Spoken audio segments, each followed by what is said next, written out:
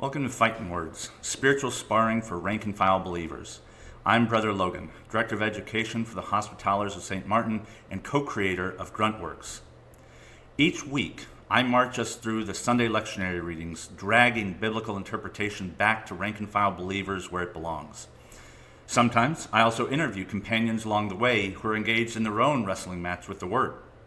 Thanks for joining us. Let's get it on. Genesis chapter 2, verses 15 to 17, and chapter 3, verses 1 through 7. And the Lord of gods took the human whom they had formed, and placed it in the garden of delight, to serve it and protect it. And the Lord of gods gave a charge to the human, saying, Of every tree in the garden you may freely eat, but of the tree of discernment of good and evil, don't eat it. When you do, death will follow. And the two were naked, both the human and the woman, and were not ashamed. Now the snake was the most sophisticated of all the field animals, which the Lord of gods had made. And the serpent said to the woman, Is it true God said, Don't eat of every tree of the garden? And the woman said to the serpent, We may eat of the fruit of the trees of the garden, but of the fruit of the tree which is in the middle of the garden, God said, Y'all shall not eat of it, nor should y'all touch it, unless you're ready to die. And the serpent said to the woman, Not necessarily. Rather, God knew that whenever y'all eat of it, your eyes would be opened, and y'all would be as gods, discerning between good and evil. And the woman saw that the tree was good for food, and that it was pleasant for herself to look upon, and beautiful to contemplate. And having taken of its fruit, she ate. And she gave some to the man with her, and he ate. And the eyes of both were opened, and they realized that they were vulnerable. And they sewed fig leaves together and made themselves aprons to go round them. Psalm 32. Happy are those whose fault is removed, whose sin is overwritten. Happy are those to whom Yahweh imputes no privilege, and in whose spirit there is no duplicity. While I kept silence, my body wasted away through my groaning all day long. For day and night your hand was heavy upon my conscience. My strength was tapped dry as by the heat of summer. Then I admitted awareness of my mistakes to you and did not hide my privilege. I said, I will confess my faults to the Lord, and you release the burden from my conscience. Therefore, let all who are faithful offer prayer to you when they can. But at a time of distress, the rush of mighty waters turns many saints away. For me, you are that hiding place. You preserve me within turbulence. You surround me with psalms of deliverance. I will walk before you and teach you the way you should go. I will counsel you with my eye upon you. Do not be like a horse or a mule without understanding, whose temper must be curbed with bit and bridle. Don't make me drag you beside me. Many are the torments of the mistakers. At least with me, you'll be surrounded by steadfast love. Be glad in the Lord and rejoice, you little Zadokites, and shout for joy, all you upright in heart. Romans chapter 5, verses 12 through 19. Therefore, as fault entered the universe through one person, and death through fault, so death passed to everyone because everyone has some faults. Error was in the world before Torah, but it can't be adjudicated without laws. Nevertheless, death has been in power from the first human until Moses, even over those whose faults weren't like the earliest one, and that first human is a prototype of the full human who was to come. But charisma isn't the same as disorderliness. For if by the mistake of the first person the many would suffer, just imagine how the charisma of God and the gift of fullness from the one person, Joshua Christ, abounds to the many. The gift given us has not come through the mistaken person. For the decision followed from abdication, but the gift followed many misdeeds to eventually be made right. For if by the first misdeed death reigned through the first mistaker, so much more will those who receive the abundance of grace and of the gift of justice reign in life through the one, Joshua Christ. In a like way, as one trespass disordered all, one just act might reorder all to right living. For as through the first person's disservice we were made unserviceable, so too through the orderliness of the one, many will be reordered. The Gospel of Matthew, chapter 4, verses 1 through 11. Then Joshua was led up by the Spirit into the wilderness to be tempted by the adversary. When he had fasted 40 days and 40 nights, he became hungry. The tempter came to him and said, "If you're the Son of God, command these stones to become bread." But he answered, "It's already written, man shall not live by bread alone, but by every word that proceeds out of God's mouth." Then the accuser took him to the holy city. He set him on the pinnacle of Herod's temple and said to him, "If you're the Son of God, throw yourself down, because it's already written, he'll command his messengers concerning you, and on their hands they will bear you up so that you don't dash your foot against a stone." But Joshua said to him, "Again, it's written, don't test the Lord your God." Finally, the devil took him to an exceedingly high mountain and showed him all the kingdoms of the universe and their appeal. He said to him, "I'll give you all of these things if you fall down and appeal to me." Then Joshua said to him, "Get the fuck out of here, accuser. It's already written, you shall appeal to the Lord your God, and you shall celebrate him only." Finally, the diabolical one was taken away from him, and behold, messengers came and served him.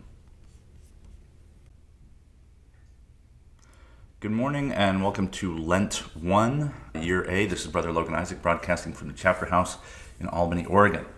We are late again. I'm trying to get ahead of myself and put these out ahead of the Sundays that they're due. But anyway, our readings today come to us from Genesis 2, Psalm 32, Romans 5, and Matthew 4. And Lent is the opening of the major penitential season in the Christian tradition. And penitence and self-reflection are important. Sadness is a primary emotion, and it makes sense that the historic tradition of Christianity has preserved these practices. But they can also become so ingrained that we forget what they're for, or we use these practices and traditions in ways that hurt people and sometimes hurt ourselves. And I owe that realization to Lauren Winner. And Lauren Winner was my supervising teacher she taught American Christianity. And I was one of her TAs, her teaching assistants. At Duke, we called it preceptors. And she had this thing before I was her TA. I didn't take class from her when I was a student. But she had this thing that she would do that a lot of students really appreciate, particularly the female students, because she would point out that Lent and purging has a lot of difficult overlaps with eating disorders. And so in her classes and in other, she's the one that I heard it come from, but I think other professors picked it up. And she would encourage female students, for Lent, why don't you give up giving up on yourself? Why don't you give up on giving up chocolate? And for Lent, if you're yes, it's supposed to be self-reflective. It's supposed to help us process our grief. And we've turned that into, at fasts, we're supposed to help us sharpen our minds and sharpen our souls, our psyches. And that tradition has become just absolutely bonkers and confused because it hasn't accounted for the contemporary realities within which it is situated. So if you're a woman and you're being told you should give up chocolate for Lent, you should go get into a no-carb diet, and you're already told all year exactly how your body is supposed to look and how you're supposed to have that kind of body, Lent is not a healthy season for you. And I say that because as a vet, this is the first Lent where I'm like, no, I'm not going to do that. And that's because I think what Lent is supposed to do, to catharsize, to purge our emotions, to bring them to the surface so that we can exorcise the demons in our own psyche, in our own soul. Veterans don't get catharsis. We don't get to go to the movie theater and watch decent movies about ourselves in order to re-experience emotions through experiences that are not ours. Like, to re-experience your own trauma yourself is reliving it. And I remember hearing early on, I went to a Hawaiian Islands ministry conference when I was living on Oahu. And that's where I learned that as a vet, processing trauma, you should retell the event, not relive it.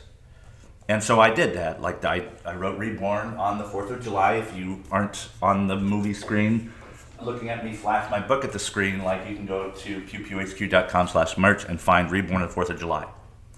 I wrote that without having properly experienced catharsis.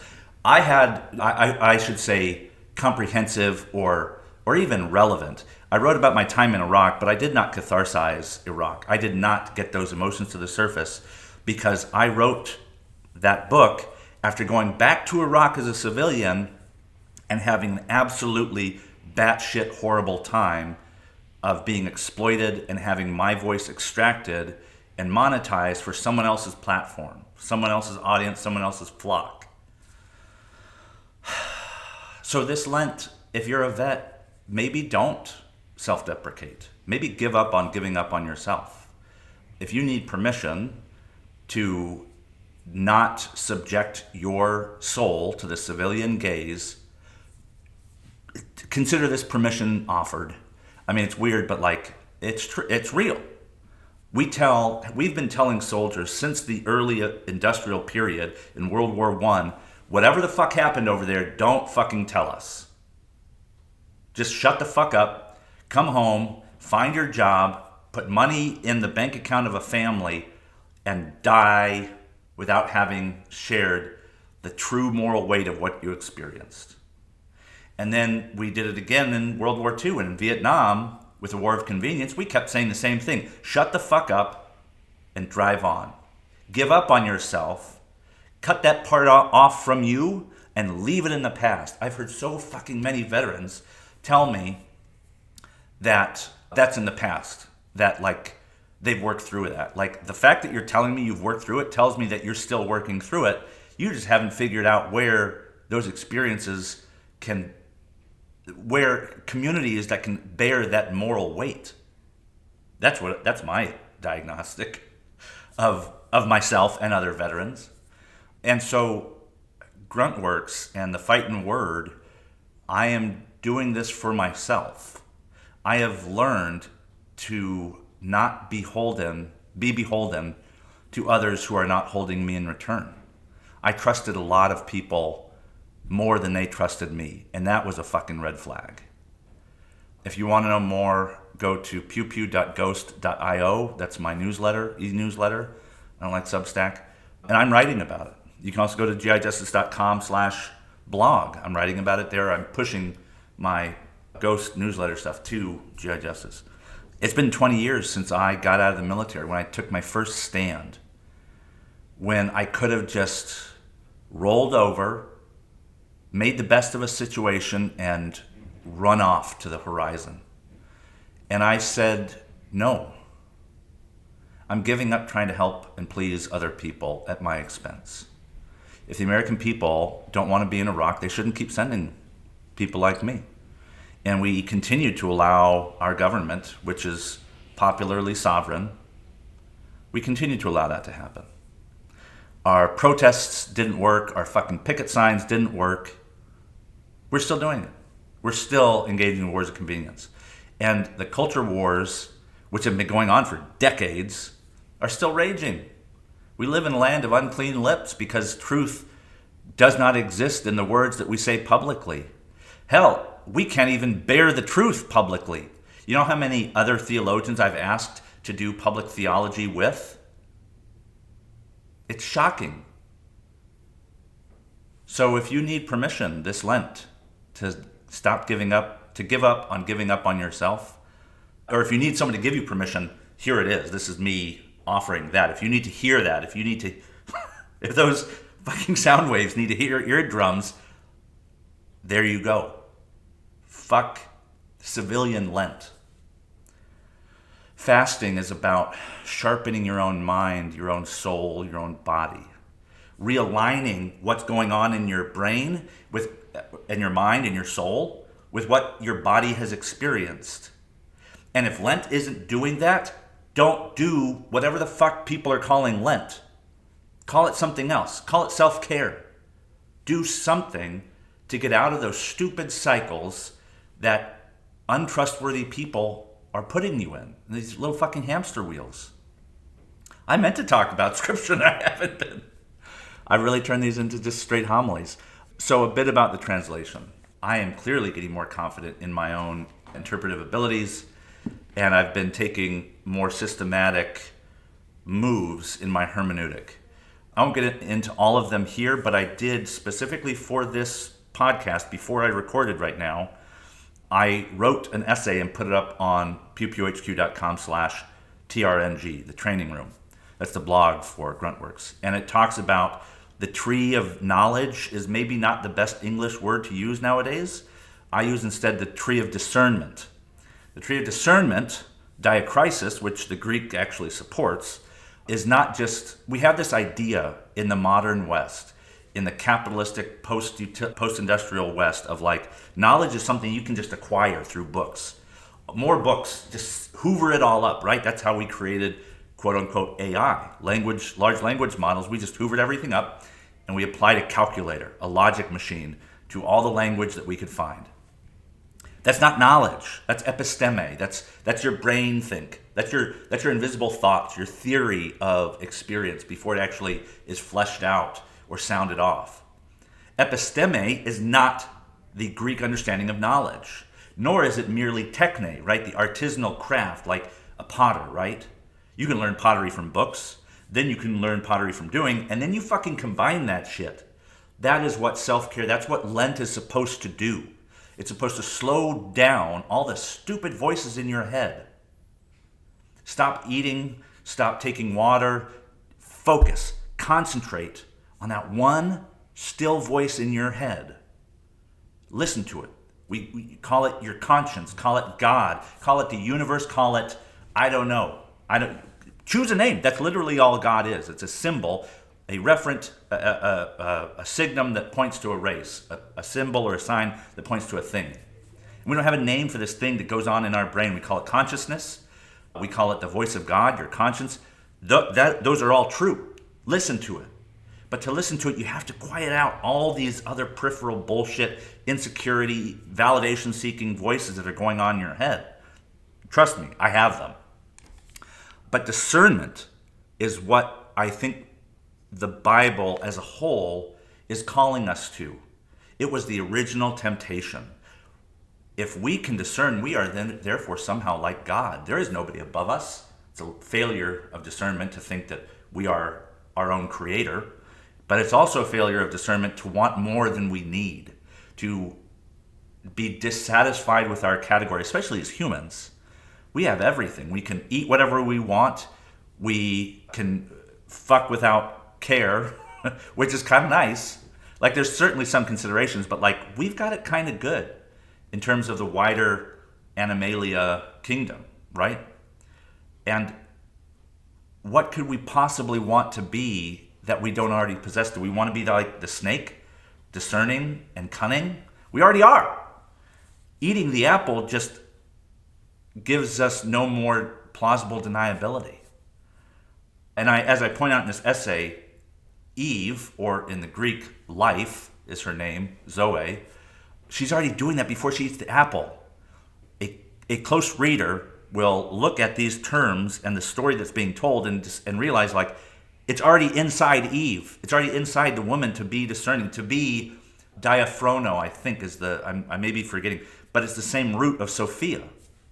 We feminize Sophia, we feminize wisdom and phronesis, and we cast it aside. We think we can reduce it to its constituent parts, episteme and techne, and fuck phronesis in the middle, the golden mean. Fuck Asherah, the third consort to the Father, God, and the Spirit of God. Asherah is the feminine consort of El, also Elohim, and Yahweh becomes a stand-in of the whole of God that is also still three. Anyway, I'm getting past myself.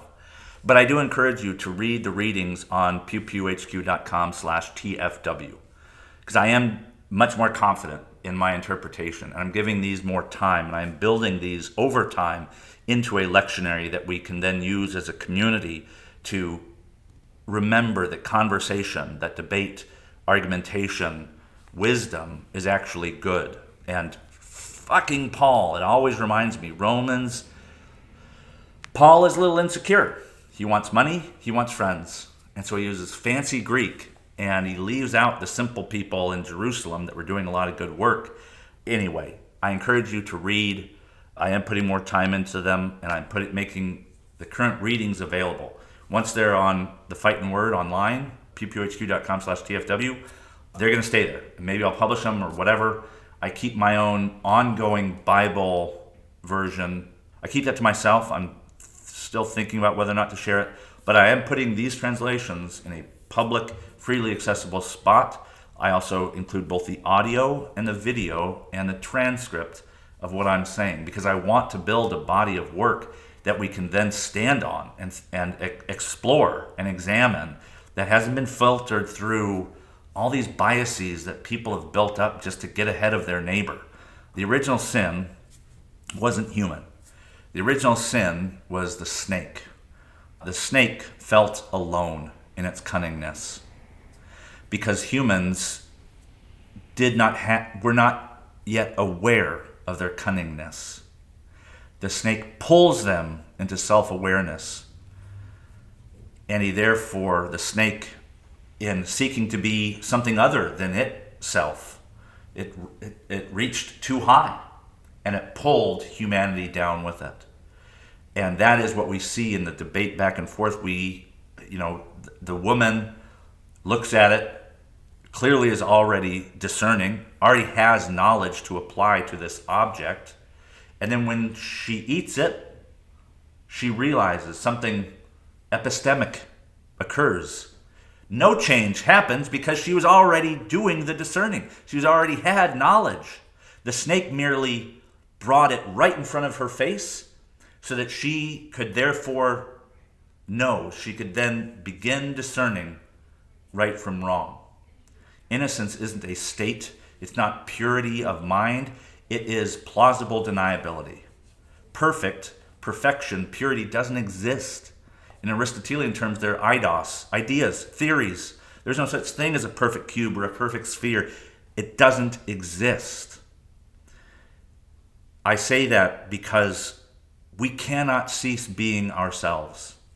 What Genesis tells us about humanity is that we are the best. We're clearly the best in the entire creation. What do we do with that? Do we think that we're God and become entitled? Or do we take that as a responsibility and use our power responsibly, humbly, but confident with this power that we have, to cite Eisenhower? The problem that Eisenhower saw in whatever it was, 61 or 62, with the industrial and military complex, military wasn't the problem. The industrialization of the military was the problem. AI and everything else, it's the and current academia, it is the industrialization of knowledge. It is the industrialization of awareness, and then seeking to put it behind a paywall and make you pay tens of thousands of dollars for a piece of paper that is no more valuable than toilet paper. Let's make no mistake. We are the best. We're the best. If you think America is the best, fine, whatever. What does that move you to? Let's pretend you are the best. Let's pretend we are the best. Is that a claim toward power, or is it a reminder of responsibility? Well, them's fighting words for this week. Support Gruntworks on Venmo with username PewPewHQ, or visit pewpewhq.com/TFW to collaborate, send prayer requests, or read more of the Fightin' Word, my exegetical project centering rank and file believers. Subscribe wherever you listen to podcasts, or if you're on Apple Podcasts, leave us a rating and a review. Thanks for federating the faith with me. This has been Brother Logan, Semper Fam.